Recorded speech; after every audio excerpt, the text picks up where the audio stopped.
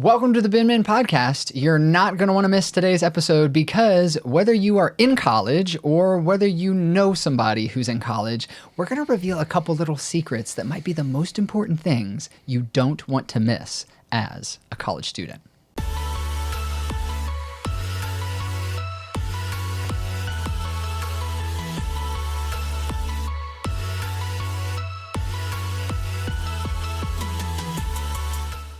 Welcome to the Binmin podcast. We know that the Christian life can be hard to figure out, but we just believe that everyone should know their next step for making their spiritual life more important to them.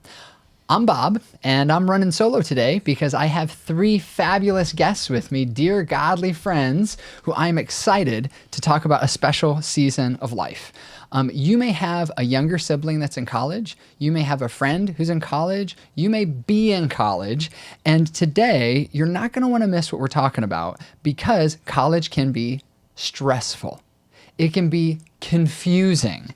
It can be really tough because it's the first major moment where you're becoming the adult that you are going to be.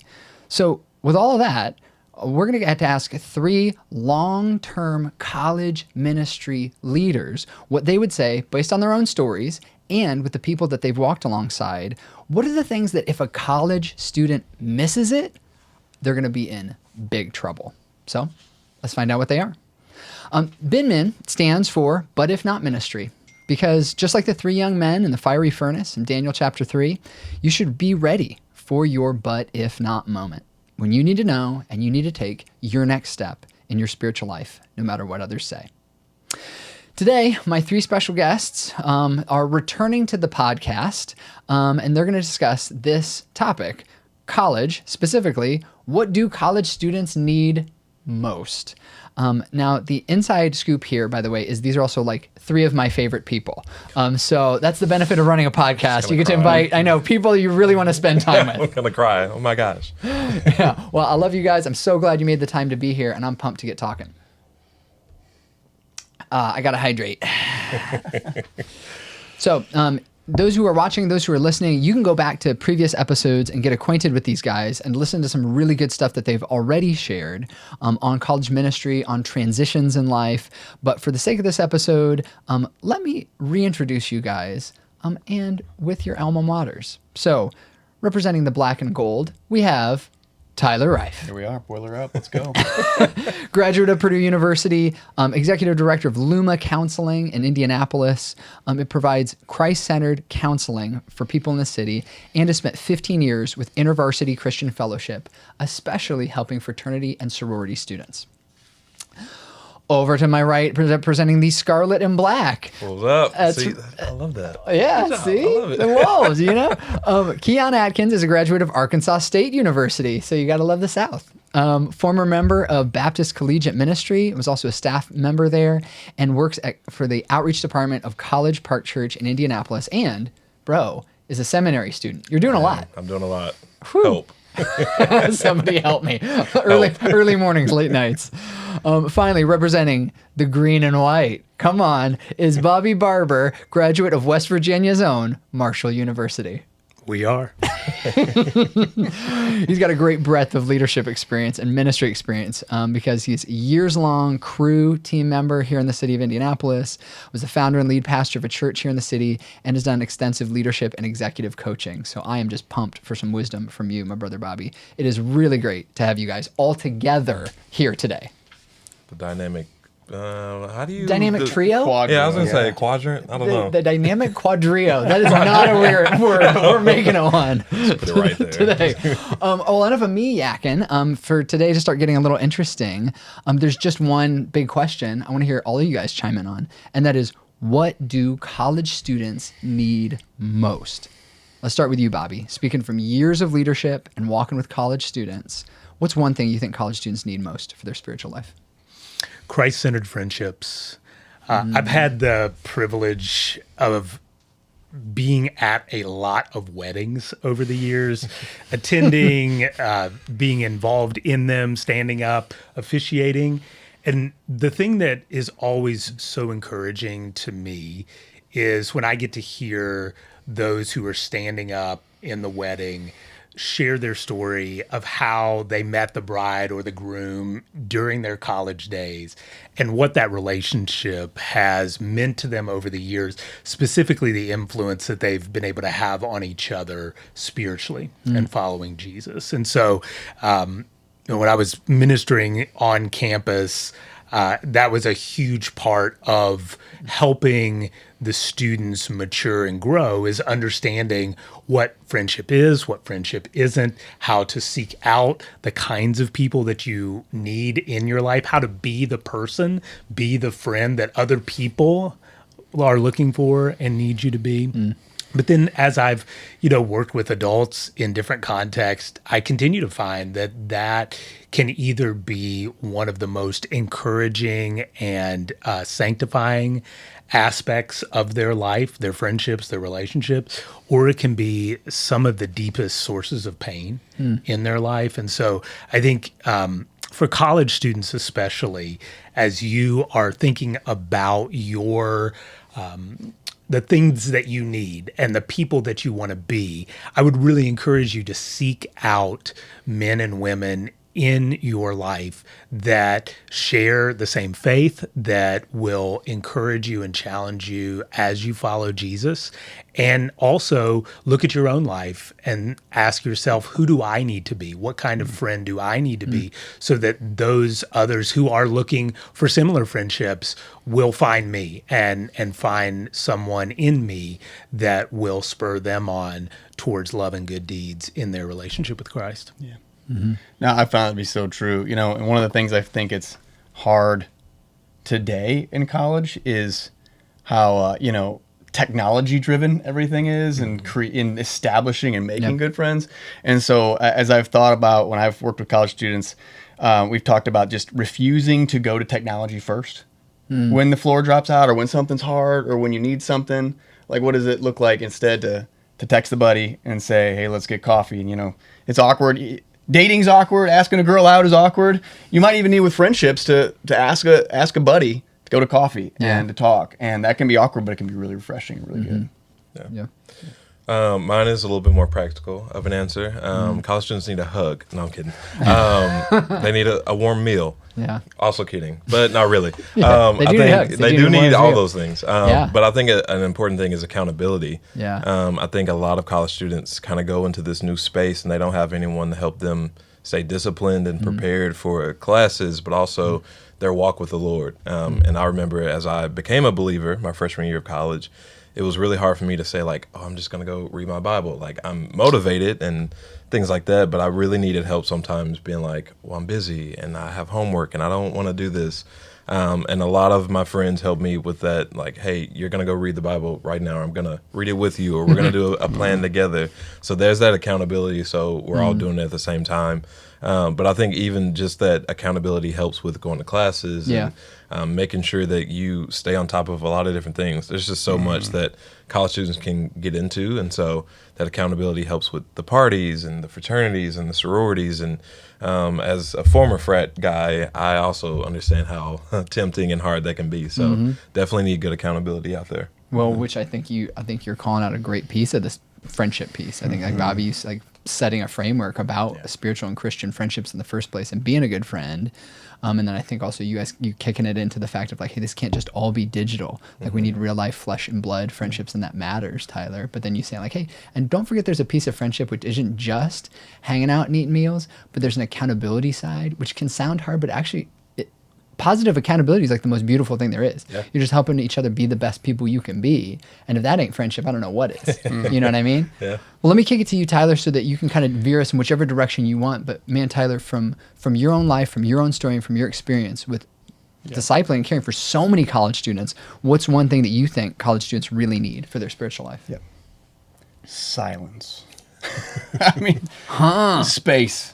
Okay. I mean, you talk to any college student, they're going to say it's busy, stressed out, I'm worn out, tired. There's endless opportunities for social interaction. There's endless opportunity for career development. There's endless opportunity to like improve on your grades or improve your resume, whatever it may be. But what you're not really encouraged to do ever is to carve out space. Now, you might have time where you're alone in your dorm room, but that's not intentional time necessarily, you know. And even in those times when you're alone in your dorm room or your fraternity house or whatever it is, what do? You put on your earpods and you fill it with something, you know, and you fill it with a class or you fill it with a podcast or something funny. So what if you carved out time instead to actually allow God to speak, to get into God's word, or just to even think about what's stressing you out? What are the stressors in life that you want to take before God and give him space to work on you in? Yeah. I think I would even add to kind of the last part where you talked about technology. I think college students need a physical Bible nowadays. There's so many ways to access a Bible through an app or whatever it is that is not the physical paper of a Bible. And I think it's really important for a college student to have that, just because you want to be able to go through scripture and know, like, hey, here's the living word, and not just, oh, here's this digital version that I can go pick up and I can access it, you know, on my phone, which is more distracting than anything else. But I think just having that Bible where you can kind of just open it, flip through it, read a few verses. I know a lot of people are like, my phone works just fine. Yeah, that's great. But it really is important to have a physical Bible. And I've learned the importance of that and just keeping it with me. And as I've traveled, my Bible is right there with me, even in the days I don't sleep. Like today, you know. So yeah, you came in hot. You had a whole early morning flight. You came from flying on an airplane all day just to get here for today. It's great. I love this. I'm here for it. That's right. Yeah, does that resonate with you? Do you think silence? You've done a lot of work in that space of like slowing down, resting, helping coach people to do that. Right. And I think it was Pascal who said that I believe the source of all of man's problems comes down to his inability to sit quietly in a room by himself. And I see that in so much of even the adults, the executive level leaders that I'm coaching today, the noise, the chaos, the churn of their business life, their personal life, and so many bad decisions are made out of just a frenetic pace. So that really resonates with me. And I think college students beginning to build those rhythms in their lives at that stage of their growth and you know, beginning their adult lives and their careers, it's an indispensable skill. Yeah, how transformative that's such a good point. It's like actually you are developing something now as a foundation that's going to carry you into your late 20s, into your 30s, and maybe beyond if you learn how to carve out that space with God and for your own good. Man, that's good. Well, Keon, bring us home. Okay. What's the thing, as you're thinking, man, you've done so much work, so much space, your own experience as a college student was so formative and transformative for you. What's one thing that college students really need for their spiritual life?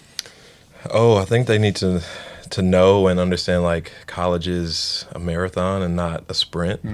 That's life in general, but I think I'm not a patient person personally, and so I've had to really learn, like, take time, enjoy where you're at, but also let's not rush anything, because development and growth takes time. And I think that's really important for a college student now, is to remember that college isn't I'm done in a year and I'm on to the next thing. It's a 4-year commitment, sometimes 5. Then if you go back for a master's, you're still kind of in that space. So be patient with yourself, but also the people that God has given you around you, because they also want to help steward you as a person and your spiritual life. And so be patient with yourself, because you can get ahead of yourself and ahead of God. And he doesn't work like that. It's his timing, it's his lane. And so really trust in him around those things. Yeah. Does that click with you guys as you think about even being patient with college students? Would you add to that? Yeah. I mean, that idea to me is the tension between the ambition that a lot of college students have. You know, I want to be somebody. I'm here for a purpose. I'm moving. I've got a vision for what I want my life to be, but also holding that intention with a humility that I haven't arrived yet. You know, I've got plans, but those plans could change, and God is the one ordering my steps. So how do I trust him, be faithful to what's in front of me, but also understand that he is out in front. He is writing my story. And so how can I stay aware of where he's leading and have that patience? That's good. That he may be on a different timetable than I am.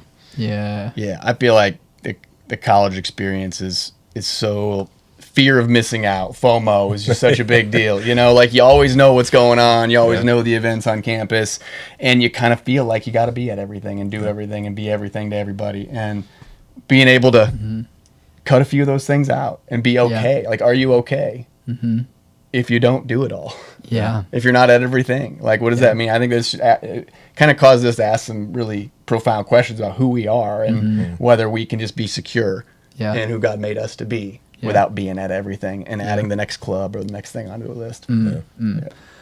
That's really good, you guys. And as you know, even pulling these things together, like Binmin is totally committed to helping men and women find their next step in their spiritual life. So even as we think about like the next step, what's one thing that you guys would say, hey, this is something that I think, even maybe from some of what we talked about, that could be a real practical nuts and bolts next step for whether folks are college students or maybe they're young professionals just coming out of that season of life, that could break it down and say, hey, here's one step I could take that would be something I really need for my spiritual life. A little bit more of the how. Yeah. Rock, paper, scissors on who goes. I'll take it. That way you guys don't take mine. I think the need for discipline in any of these areas is necessary, right? And it's a hard thing to develop in college, you know. But at least being intentional. Discipline can be a hard word. Intentionality can be a better word. Yeah. And finding, if you think about space to reflect or silence and think about the next step in that area, be carving out time. Open your planner, your iPhone, whatever it would be, and commit to a time. If you're not a morning person, whatever, maybe it's a weekly thing where you go deeper versus a daily, but find time, carve it out, and make space to be able to be with God in His Word in silence without the noise. Yeah, Carve it out.